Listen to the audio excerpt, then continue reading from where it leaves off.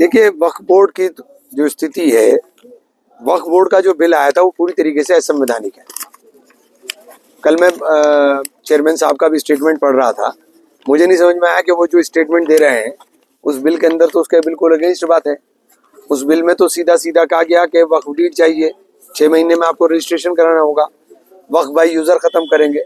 तो वक्फ by user ख़त्म करेंगे तो डीड जब नहीं होती थी, वक्फ की तो 90% प्रॉपर्टी सदियों पुरानी है, मतलब 100 साल, 150 साल, 200 साल, 400 साल। तो जो प्राचीन मठ और मंदिर हैं उनकी प्रॉपर्टी भी सदियों पुरानी है। इनके पास किसी के पास भी डीड नहीं है। ये बाई यूज़र के अंदर ही जो गवर्नमेंट का पत्र होता है, जो गजट नोटिफिकेशन होते हैं, उसके अंदर सरकार द्वारा उस समय की सरकारों द्वारा या उस समय के शासकों द्वारा कब्रिस्तान, दरगाह, खानका, मठ, मंदिर, मस्जिद ये दर्ज है। तो इनको हटाने की बात आप कर रहे हो, तो आप किस प्रकार से ये बात कह दोगे कि इनके ऊपर फर्क नहीं पड़ेगा। दूसरी चीज, आप लिमिटेशन एक्ट खत्म कर रहे हैं, आप कह रहे हैं कि हम वक्फ की प्रॉपर्टी बचाना चाह रहे हैं। आप लिमिटेशन एक्ट हटा दोगे तो वक्फ की प्रॉपर्टी बचेगी कहाँ? एडवर्स पोजेशन के अंदर सब लोग दावे में जाएंगे और एक अपने दावे वो करेंगे और सुप्रीम कोर्ट के उसके ऊपर आप देख लीजिए क्या होगा।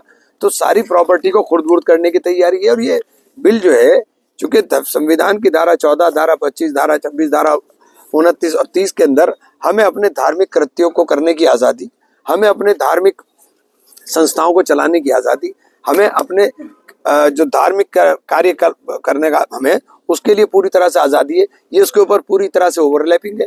वक्फ कोई ऐसा नहीं है, कहते हैं आप कहते हैं कि आप वक्फ जो है किसी ने भी कहाँ कह दिया और वहाँ वक्फ हो गया, ऐसा नहीं हो सकता।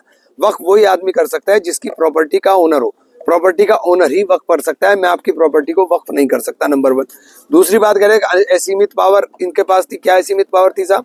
अगर मैं यहाँ खड़े होकर के कोई बोलने लगेगा साहब घंटाघर को वक्फ कर दो, तो वक्फ थोड़ी हो जाएगा। वक्फ के लिए प्रॉपर उसके लिए तरीका है, प्रॉपर तरीके से ही वक्फ होगा। वक्फ एक मुसलमान का फरीजा है और वो अपना जो जमीन है या जो भी चीज है, जब तक उसका मालकाना हक नहीं होगा तब तक वो वक्फ ही नहीं हो सकता। उपचुनाव होना है, क्या मान जीतेंगे भाई, जुड़ेंगे और जीतेंगे इंशाल्लाह।